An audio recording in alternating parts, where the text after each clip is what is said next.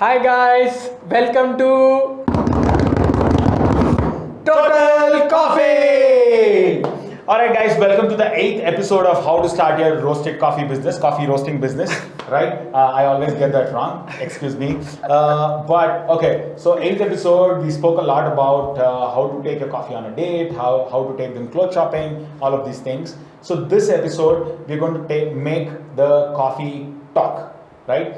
How are you going to make the coffee talk? Is a lot of ways, pretty interesting ways, because as an owner of a coffee roasting business, I can't take my coffee back to every single customer and start talking about the coffee. We need to make the packaging, we need to make the coffee itself talk, the bag itself talk about itself. So let's try to figure out how to make the coffee talk and what are all the things that the coffee should be talking to the consumer. So Anish, what do you think are the most important things that the coffee needs to communicate, or the coffee bag needs to communicate to a consumer? Okay, so the first and the very important thing is where the coffee is from, right? So talking about specialty coffee, we always talk about traceability and the source of coffee, roast, processing, etc. But why it is important is because to communicate the characteristics of your coffee to the consumer, right? Yeah. So talking about origin, let's take example, my coffee is from Karnataka, Andhra Pradesh and Northeast. So of course, like region will make a huge difference in the coffee. So the climate, the soil, like what is the rainfall. Again, Correct. Another thing is altitude. Yeah. So at what height is my coffee grown? Correct. So everything makes a difference. And after trying a few coffees, the consumers will also have a preference of which coffee they are liking. Okay. So it's very important to mention your origin over there. The second thing is which estate it is. If it's a single estate coffee, which estate? Because every planter, every estate is like a chef. Yeah. Right? Absolutely. So if I am making poha and Suhas is making poha, I'm sure I'll make good. Maybe he will, but but I'm going to brew better coffee for Right, sure. right. I'm a South Indian, bro. I can make better sambar than you can. So let's move on. So Yeah, so of course, planter to planter, the way they treat their coffee is going to change a lot. correct. Right? So every planter is like a chef. He has Correct. his own recipe for processing, for growing, for harvesting, storing, whatever. Right. So he's absolutely like a chef. Right. Exactly. Yeah. So like some planters have very ethical way of producing organic coffee. Yeah. Yeah. Some Correct. might not have. Right. Some it might also happen that they are saying it's organic but it's not. Yeah. Yeah. So right. So if your coffee is organic, yes, that's another point. If your coffee is organic, it has to be mentioned on the packaging so that the customer knows what goes behind making this coffee. And then another thing is varietal, right? Like you must have heard about Chandragiri, Kent, Kaveri, Selection 9, etc. Yeah. So it's very similar to fruits. Let's take example mango. So I'm saying mango, it's a fruit, but when I talk about different types of mango, we have Alfonso, Ratnagiri, Totapuri, Devgad, Hapus. Yeah. It's one of my favorites. Yeah. So see, like I have a preference over here. So similarly in coffee, also you can develop your consumer can develop a preference of I like a specific varietal of Arabica. So mentioning that also is important. Next thing comes is processing. So we spoke about the planter and the recipe. Right. So each planter will have a particular recipe of as we spoke about poha. Yeah. So every chef will have a different way of making poha, right? So in coffee there is processing like natural, washed, semi-washed.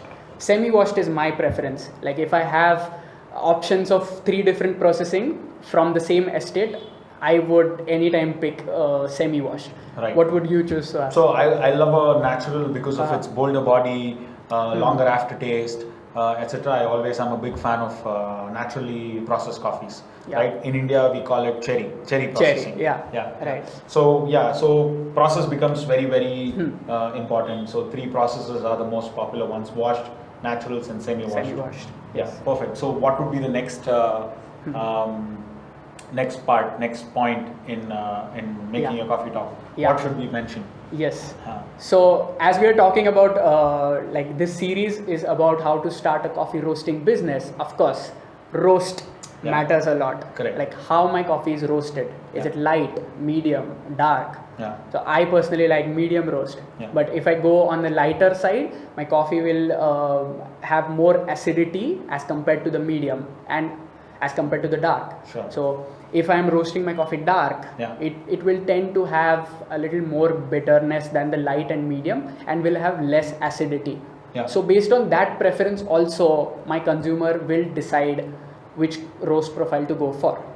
Correct. Right. Correct. Like I am me being a South Indian, having a lot of South Indian friends, my family who buy specialty coffee, they all prefer darker roasts. Darker roast. Because Yeah. they've been used to drinking coffees dark all their life, so they choose darker roast. So yeah, that's quite important. Whenever they go into a online or into a store, they always try to see if it is a dark roast, and then they always pick a dark roast, which is the other way around when it comes to my friends in Delhi. Yeah. Right. So that's quite important. I would like to add one point, which is flavor notes. Yeah. So So I was just going to jump on that and pass it on to you because you are a taster. Yeah. I am a brewer, so Yeah. my part is over. Yeah. So this is a flavor notes is something that we talk a lot. Yeah. It's discussed a lot, and then I see a lot of people cursing other coffee companies for selling them something and saying they have strawberry notes or they have blueberry notes which they never found in the cup. Right. So the consumer gets really disappointed and then never goes back to that coffee roaster ever again. So my advice has always been to coffee roasters where I've asked them to simmer down the tasting notes that they write. So if they find, for example, if they find 10 tasting notes, they should not put up all of the 10 tasting notes. They should put up only the ones that are the most prominent, right? Because at the roastery, the person who's roasting, the person who's cupping, the quality control person might be a coffee taster, and he might recognize all the intricate flavors that are there in the coffee. But consumer whose palate is not as trained might not be able to taste those intricate tasting notes. So it is always good to be just mentioning 2 or 3, at the max 4 tasting notes which are very prominent and very evident in the cup in any brewing method. May I make a espresso or a AeroPress or anything that is brewed like a clever drip, I should be able to find those tasting notes. So I would urge all the coffee companies to just mention those to begin with, because as the consumer becomes more and more educated, then we can try to mention more intricate tasting notes. Correct. So correct. I like, think for example, if I'm writing flavor note of blueberry on my coffee packet, and I'm really getting like it's full of blueberries, like actual blueberries, and I mention it, my customer, not sure that my customer will get it, because like Indians have not really might not have tasted the actual blueberry. What you get here is like dried or frozen or in blueberry jams. Correct. Right. Correct. Yeah. So of course my coffee is not going to taste as sweet as a blueberry jam. Correct. So it's better to mention the flavor notes for which the population is more exposed to.